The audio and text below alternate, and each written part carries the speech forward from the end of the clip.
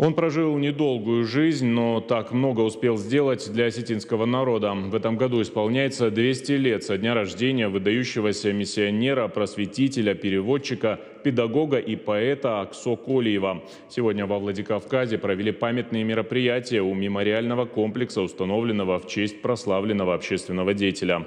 Подробности в материале Анны Голобаевой. Аксо Колиев написал первые осетинские стихотворения и перевел богослужебные тексты на родной язык. Например, «Отче наш», «Воскресение Христово», «Акафист Пресвятой Богородицы» и многие другие.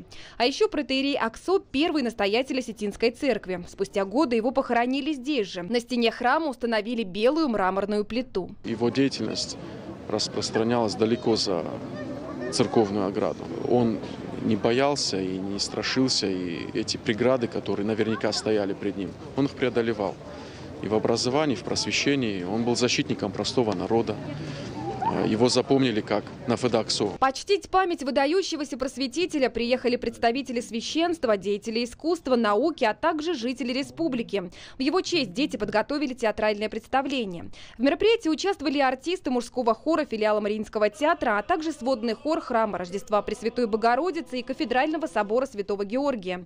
Каждый из выступавших с особым трепетом и теплом отзывался об Аксо Колиеве и искренне восхищался его трудами.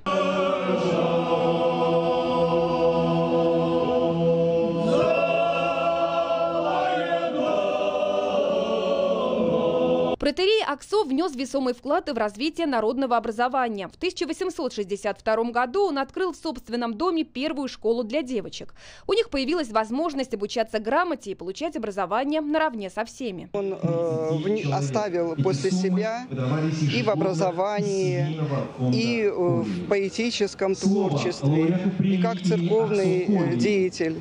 Это все незабываемо. И отрадно, что вот сегодня проводится мероприятие в честь 200-летия этого крупного общественного деятеля. Его сердце и душа были наполнены безграничной любовью к своему народу. Он прожил недолгую жизнь, но память о нем навсегда осталась в сердце осетинского народа. Также в завершении мероприятия традиционно отслужили молебен перед началом учебного года. Анна Голобаева, Игорь Войцеховский. Новости Осетии.